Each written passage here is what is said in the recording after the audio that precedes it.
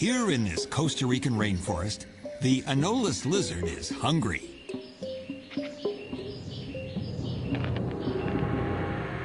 And that's bad for the local insect population. A nearby female is hungry as well.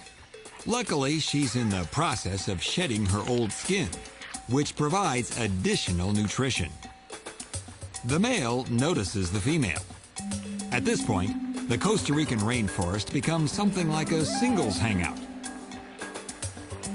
He notices that she's on his turf. She doesn't scram when he moves in, which means she's open to being courted. Now, he doesn't have a sports car to impress her, but he does have a flashy, rust-colored, inflatable throat sac.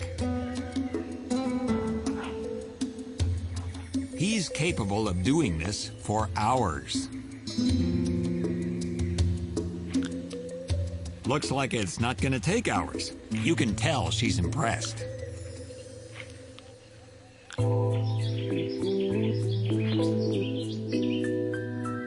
They mate upside down, clinging to the tree. Probably the first of many matings.